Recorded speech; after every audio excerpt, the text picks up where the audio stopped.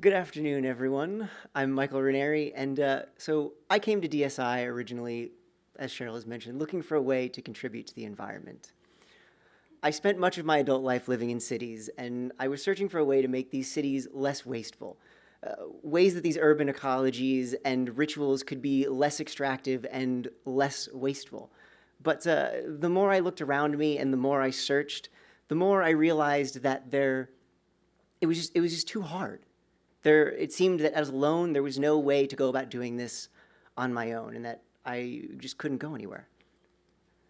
So I began my search with these academic journals and city data, and I was assuming that there was just no way that I could find it without looking for something that was just so obscure or so strange, and that would be where I needed to intervene.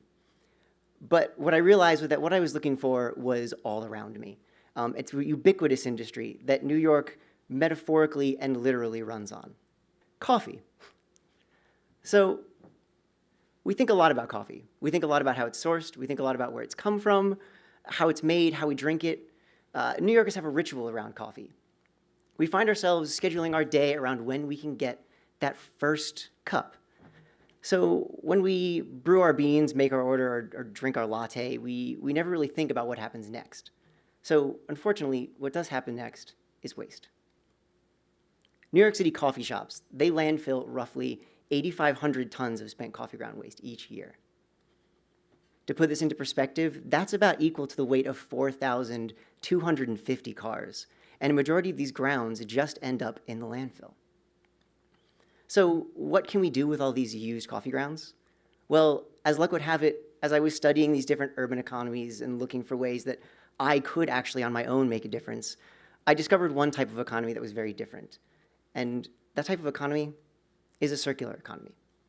A circular economy in its simplest form uses a resource over and over for different purposes. This idea of reusing another's waste and turning it into a resource is also known as waste as a resource. Now, let me take a moment and introduce you to an expert on waste as a resource and circular economies. So this is a tulip tree, and it lives in the front yard of my childhood home. And it takes an entire year to produce these amazing blossoms.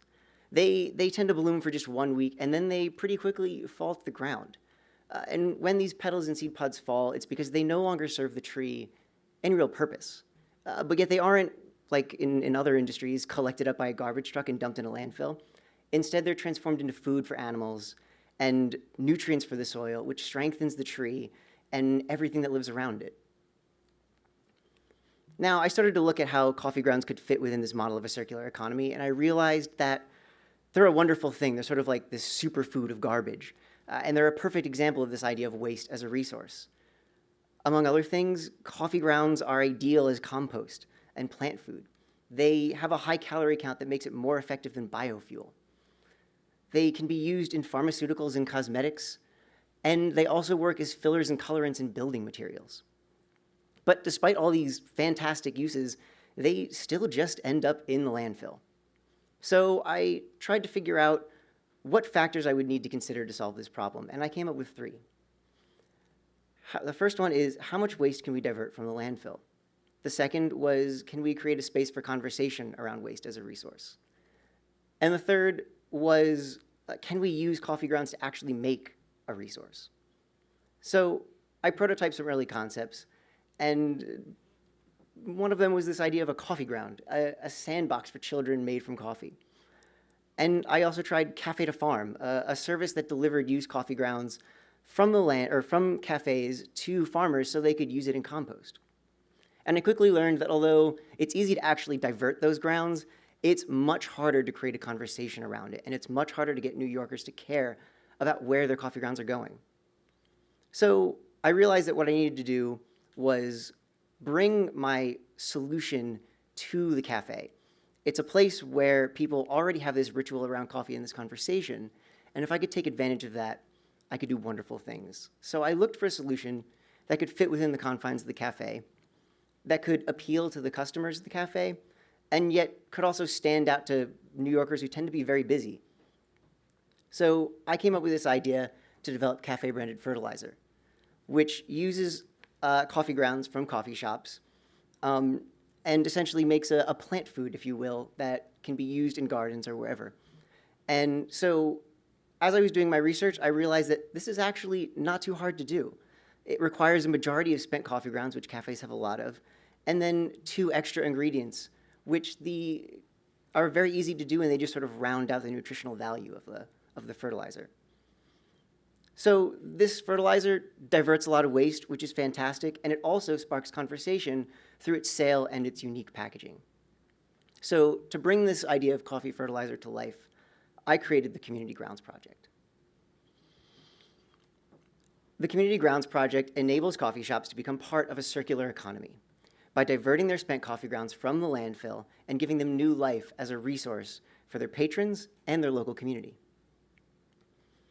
To accomplish all of this, it can be done through the creation and sale of coffee ground fertilizer. So I prototyped this idea with the cooperation of a Brooklyn coffee shop by the name of 7 Point Espresso and the local Brooklyn Boy Scouts of Troop 22. 7 Point Espresso was very excited about being able to reduce their waste while also putting it to good use, and they were particularly interested in being able to connect other organizations and build goodwill within their community. And the Scouts, they have a long history of environmental stewardship, and they meet only a few blocks from the coffee shop. They were also eager to participate, especially with the idea of receiving a financial benefit. We both talked and realized that it would be a good idea to use a portion of these funds to hold workshops for the Scouts on recycling and waste management.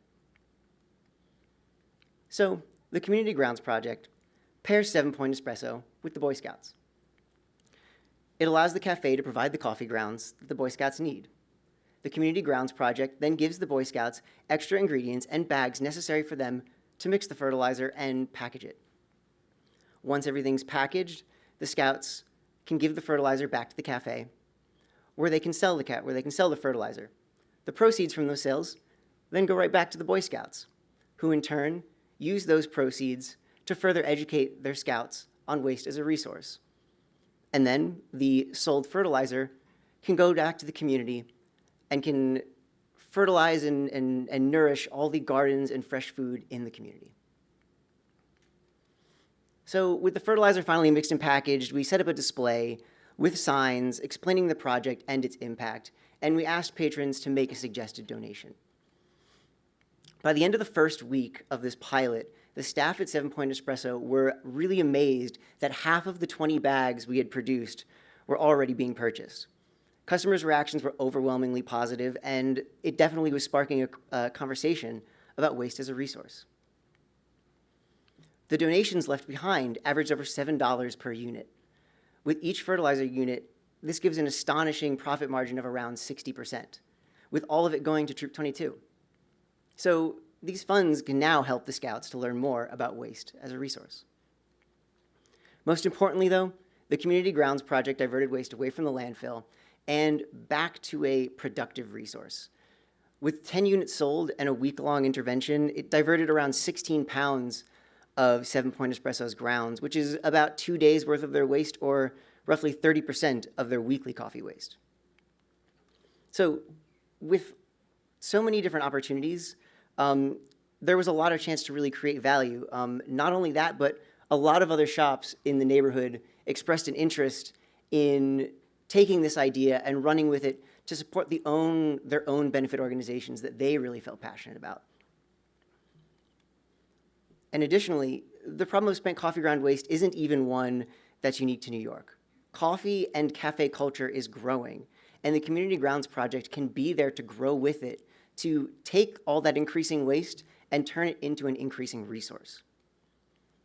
If the Community Grounds Project scales up to just a fraction, even just 5% of the cafes in New York, we could grow our awareness about waste as a resource. We could raise over $300,000 for community organizations, and we could divert 70,000 pounds of coffee grounds all in just a single year. So with this massive potential in mind, I now know what a city dweller like me can do to contribute to the environment and their community. So I ask you, the next time you're out walking around the street with all those other New York City residents, take a look at your daily rituals and see where you can turn waste into a resource. and start your own conversation. Thank you.